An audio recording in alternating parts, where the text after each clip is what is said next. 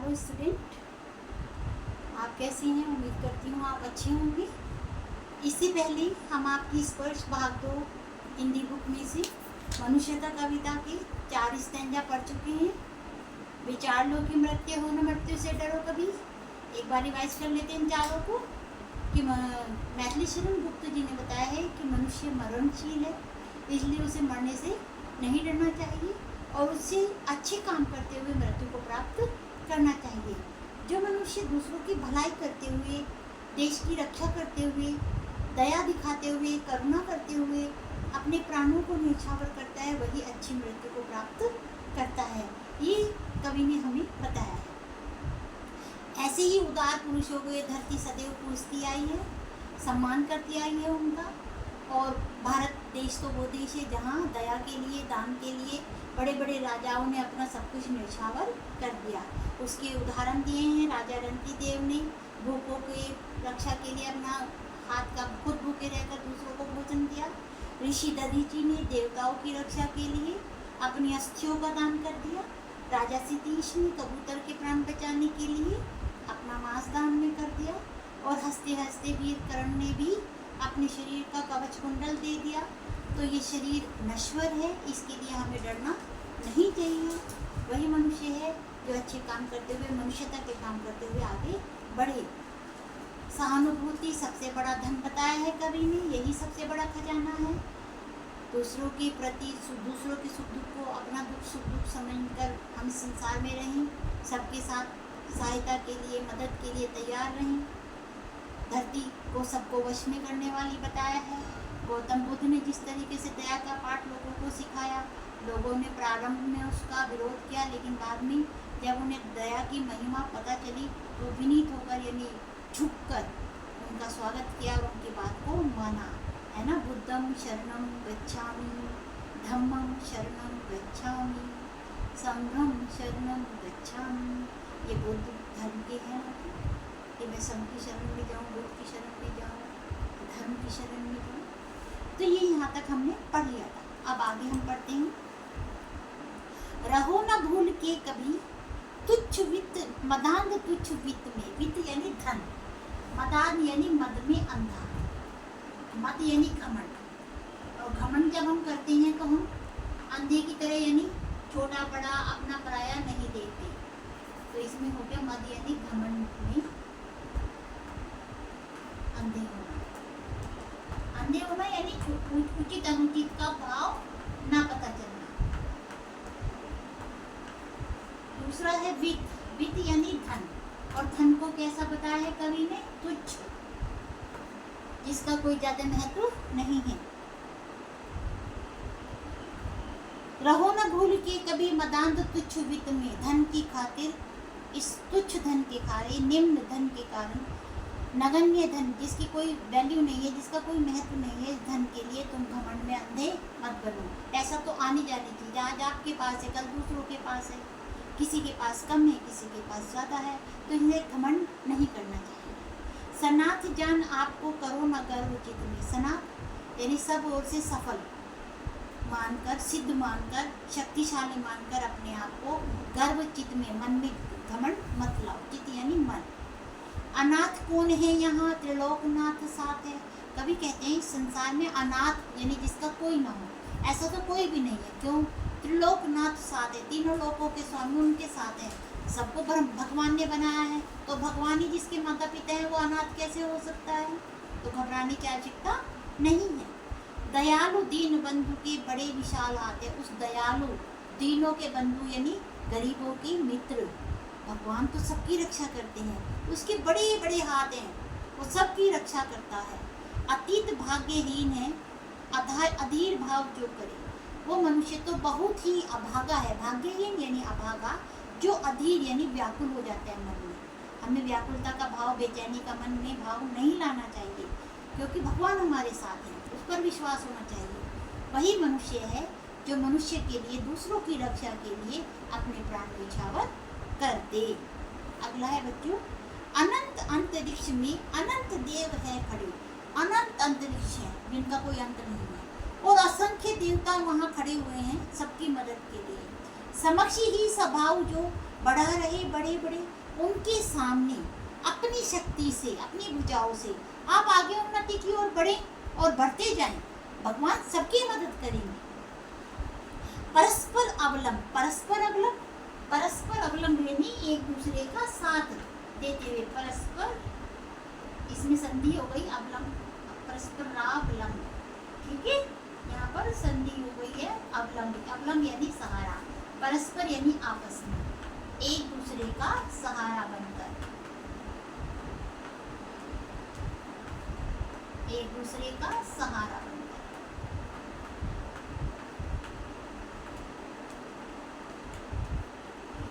परस्पर अवलंब से उठो तथा बढ़ो, सभी एक दूसरे का सहारा करके मदद लेकर उठो, अपने लक्ष्य प्राप्ति के मार्ग की ओर उठो और बढ़ो, सभी बढ़ो आगे।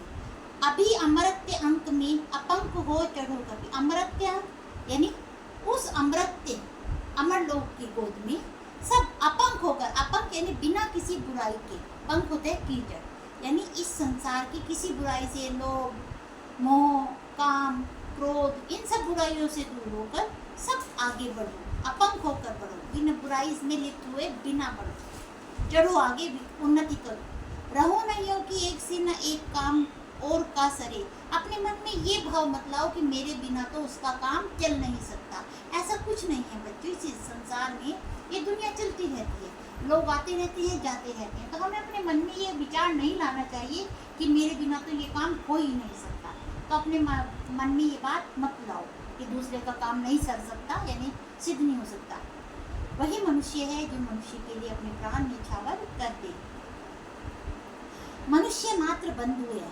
अगर हम ये मान लें कि मनुष्य तो केवल सबका मित्र है, दुश्मन नहीं है, यही बड़ा विवेक, विवेक यानी समझदारी, ये सबसे बड़ी समझदारी अगर हमारे मन में आ जाए कि मनुष्य सबका बंधु है, मित्र है।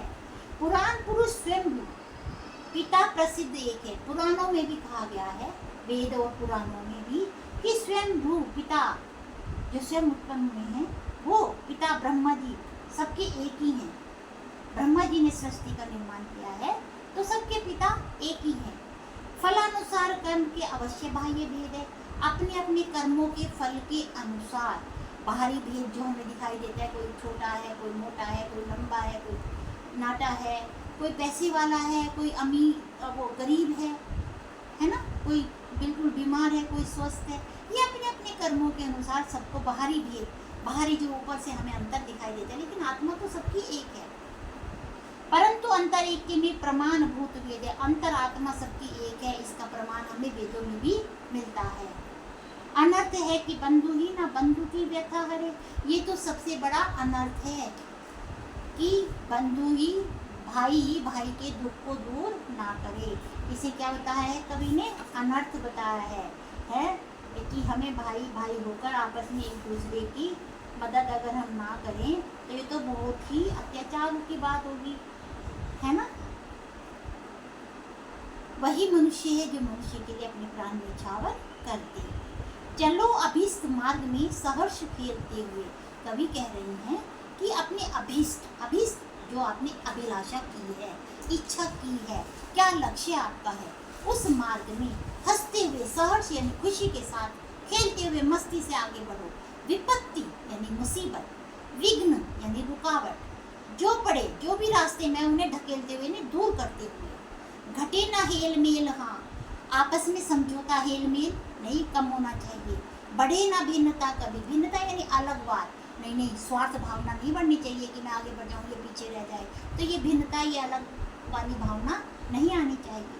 अतर्क एक पंथ के, अतर्क यानी बिना किसी बहस के, तर्क वितर्क ना हो, सब समझ से समझौते से आगे बढ़ें। सतर्क पंथ हो, सभी सतर्क होकर यानी होशियार होकर अपने रास्ते पर आगे बढ़ें। अतर्क यानी बिना बहस के। तभी समर्थ भाव है कि तारता हुआ करे, वास्तव में वही समर्थ है, वही सफल है जो दूसरों की भी तारता हो, दूसरों की मदद करता हुआ अब खुद भी तैरे। पानी में तैराक जाते हैं तो हम खुद तो तैर ही रहे हैं, अगर दूसरा कोई डूबने वाला है उसे भी बचा लें, उसकी भी मदद करिए। संसार भी एक भवसागर है, जन्म से लेकर मृत्यु तक हम अनेक कर्म करके, अच्छे कर्म करके इस संसार को तैर करते हैं, इस भवसागर को पार करते हैं। तो ये भवसागर पार करने के लिए हमें दूसरों की मदद करते हुए आगे बढ़ना चाहिए। भव यानी संसार, सागर यानी समुद्र, संसार रूपी समुद्र। वही मनुष्य है जो मनुष्य के लिए अपने प्राण न्यौछावर कर दे। वही मनुष्य बताया है जो मनुष्यता के लिए अपने प्राणों को न्यौछावर कर दे। उसी की मृत्यु अच्छी मृत्यु बताई है बच्चों। तो ये आपका पाठ था। इसमें से बच्चों आप पाठ पर भी जरूर 2-3 बार पढ़ ली और इसे स्मरण रखें ताकि आपकी भाषा जो है वो अच्छी हो जाए। और आशा करती हूँ ये पाठ आपको समझ में आ गई होगी कविता मैथिली चरण गुप्त की। कवि ने कैसी मृत्यु को सुमृत्यु कहा है? दूसरों की मदद करते हुए, दूसरों की रक्षा करते हुए, जो अच्छे काम करते हुए मरता है। उस व्यक्ति की पहचान कैसे हो सकती है? उदार व्यक्ति की, उदार यानी दया, जो दूसरों पर दया करता है, दया भाव रखता है, सबकी मदद के लिए तैयार रहता है। कवि ने दधीचि, कर्ण आदि महान व्यक्तियों को उदाहरण देकर मनुष्यता के लिए क्या संदेश दिया है? इन्होंने अपने प्राण तक न्यौछावर कर दिए बच्चों। कर्ण ने भी अपने प्राण न्यौछावर कर दिया। अगर कर्ण के पास कवच कुंडल होता तो उसे कोई मार हो ही सकता था। और दधीचि ने भी अपनी हड्डियां दान में दे दी, उनकी मृत्यु हो गई। तो इसलिए मनुष्यता के लिए हमें अपने शरीर को भी कुर्बान करने में पीछे नहीं हटना चाहिए। ये संदेश दिया है। देश की रक्षा के लिए तन मन धन सब कुछ समर्पित। कवि ने किन पंक्तियों में यह व्यक्त किया कि हमें गर्व रहित जीवन व्यतीत करना चाहिए? किन पंक्तियों में? रहो न भूल के कभी मदान तुच्छ वित्त में, सनाथ जन आपको करो न गर्व चित्त में। मनुष्य मात्र बंधु है, इसे आप क्या समझते हैं? यानी मनुष्य सबका मित्र है, सबका भाई है, सबके पिता एक ही है, परम पिता, तो हम सब भाई भाई हैं। तो इस पंक्ति से ये है कि हमें किसी से के भी प्रति अपने मन में बैर भाव नहीं लाना चाहिए। कवि ने सबको एक होकर चलने की प्रेरणा क्यों दी है? क्योंकि एकता से ही कार्य सफल होता है। अगर अखंड जो होकर हम आगे बढ़ें तो ही हमें कोई नहीं हरा पाएगा। अलग अलग होकर तो हम कमजोर हो जाएंगे। व्यक्ति का किस प्रकार का जीवन व्यतीत करना चाहिए इस कविता के आधार पर टिकी। हमें परोपकार, सहानुभूति, दया, उदारता, करुणा, सच्चाई, ईमानदारी, इन सब गुणों से भरपूर जीवन जीना चाहिए। मनुष्यता कविता के माध्यम से कवि क्या संदेश देना चाहते हैं? कवि ये देना चाहते हैं कि जीवन मरणशील है, इसकी हमें चिंता नहीं करनी चाहिए और हमें दूसरों के लिए अपने प्राण न्यौछावर करने में पीछे नहीं हटना चाहिए। हमें ऐसे काम करने चाहिए जो हमारे जाने के बाद भी ये दुनिया हमें याद रखे। तो ये बच्चों आपका कविता थी। आशा करती हूँ आपको समझ में आई होगी। Thank you so much. God bless you. धन्यवाद।